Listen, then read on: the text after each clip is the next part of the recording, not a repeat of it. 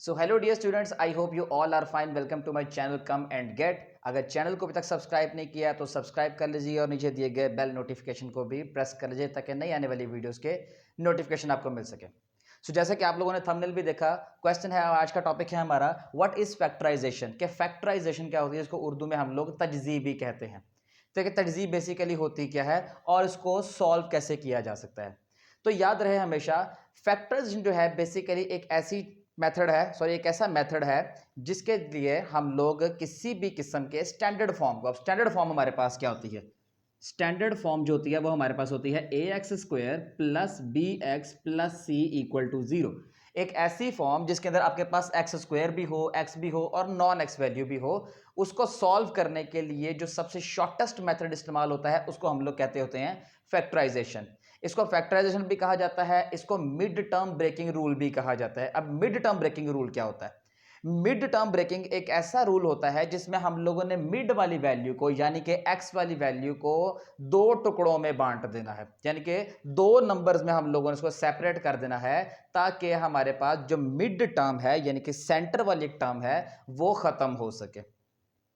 सो आइए कुछ एग्जाम्पल्स की मदद से हम लोग इसको मजीद समझते हैं, उसको सॉल्व करने की कोशिश करते हैं, क्योंकि मैथमेटिक्स में जब तक इसकी एग्जाम्पल को ना सॉल्व किया जाए या फिर एक मेथड को या एक डेफिनेशन के हिस्से को किसी भी एग्जाम्पल के साथ ना सॉल्व किया जाए तो हमें समझ नहीं आता। तो सबसे पहले हम लोग एक एग्जाम्पल लेते हैं। हमारे पास क्या होगा, x square plus 7x plus 12 equal to zero. So हमारे पास ये एक एग्जांपल है जिसमें हमारे पास क्या होगा, x square plus 7x plus 12 equal to zero. अब ये बेसिकली क्या है, एक स्टैंडर्ड फॉर्म है। स्टैंडर्ड फॉर्म को सॉल्व करने का तरीका जैसे कि हम लोगों ने पढ़ा था, अगर आप लोग शॉर्ट्स देखे हो तो आप लोग देख सकते हैं कि तीन मेथड होते हैं बेसिकली स्टैंडर्ड फॉर्म को सॉल्व करने के लिए। सबसे पहला जो होता है फैक्टराइजेशन, दूसरा होता है हमारे पास कंप्लीटिंग स्क्वायर जिसको हम लोग तकमील मुरब्बा भी कहते हैं, तीसरा होता है हमारे पास क्वाड्रेटिक फार्मूला जिसको हम लोग दो दर्जी मसावात भी कहते हैं। अब इसको सॉल्व करने का जो सबसे पहला रूल, जैसा कि मैंने पहले बताया है कि मिड टर्म ब्रेकिंग, यानी कि सेंटर वाली टर्म जो है वो हमेशा ब्रेक करेंगे। अब अगर सेंटर वाली टर्म ब्रेक करनी है तो वो कैसे की जाएगी, देखें, x square as it is, साथ वाला साइन एज इट इज। चूंकि वैल्यू सॉल्व करनी है हम लोगों ने सेंटर वाली, तो हम एक काम करते हैं, छोटी सी ब्रैकेट लगा लेते हैं, क्योंकि हमने क्या कहा था कि हम सेंटर वाली वैल्यू के नंबर्स को दो हिस्सों में कर देंगे, या प्लस करेंगे या माइनस करेंगे, ये डिपेंड करेगा हमारे क्वेश्चन के ऊपर। अब वो भी ढूंढना सबसे आसान काम है कि हमें कैसे पता चलेगा कि हमने दो नंबर कौन से लेने हैं, प्लस वाले या माइनस वाले, यानी कि एडिशन वाले दो नंबर लेंगे या सब्ट्रैक्शन वाले। तो याद रखिएगा, जो हमेशा ये सेंटर वाली वैल्यू होगी, सॉरी सेंटर के साथ वाली, जो सी के साथ का जो भी साइन होगा, अब सी के साथ में देखिए पहले कौन सा साइन है, प्लस का। इसका मतलब हम कोई से दो ऐसे नंबर लेंगे जिनको प्लस करने से हमारे पास जो है वो 7 आना चाहिए। अब इसका एक और रूल भी याद रखिएगा कि जब आपके पास फैक्टराइजेशन का कोई क्वेश्चन आ जाए तो सबसे पहले आपने क्या करना है कि ए वाली वैल्यू लिखनी है। ए की वैल्यू क्या है आपके पास, यहां पर है 1।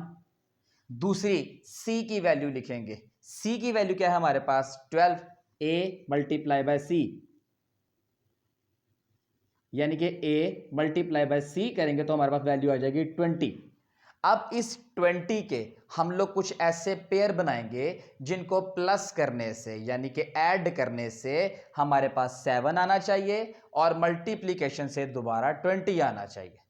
और प्लस मैंने क्यों बोला, क्योंकि हमारी ये वाली वैल्यू जो है वो प्लस में है। सो आइए इसको सॉल्व करते हैं, एक छोटा सा एलसीएम लेके इसके फैक्टर्स बना के, यानी इसके जोड़े बना के हम 20 लिख लेते हैं।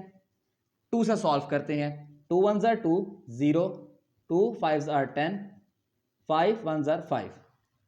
याद रहे कि दो नंबर चाहिए हमारे पास। यहां हमारे पास सबसे पहले क्या चीज है जी, एक 5 है, एक उसके अलावा हमारे पास, sorry it's a 12, we forgot that, it's a 12।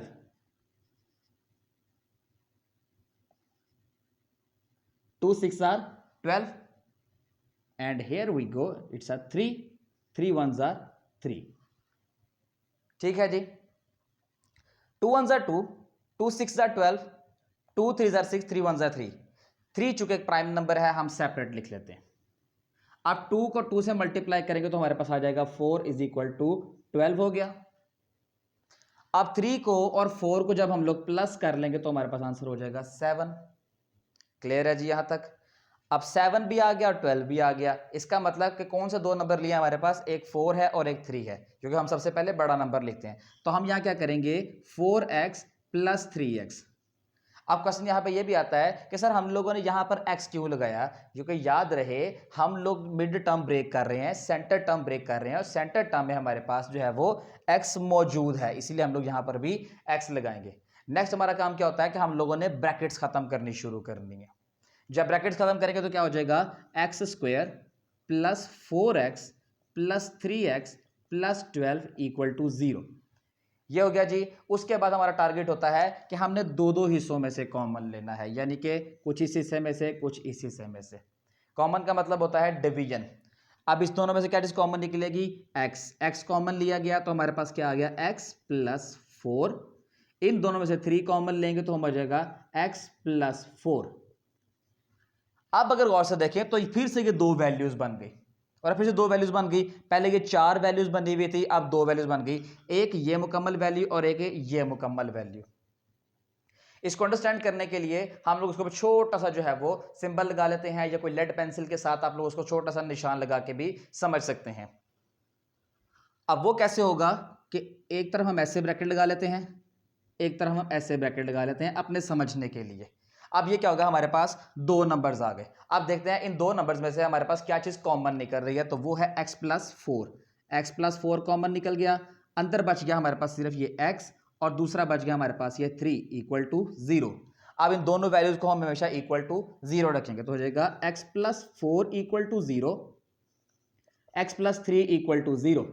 हमें चूंकि वैल्यू चाहिए होती है x की, तो हम क्या करेंगे, प्लस 4 है उस तरफ जाएगा तो माइनस 4 हो जाएगा, यानी कि x is equal to -4, plus 3 है उससे जाएगा तो हो जाएगा -3।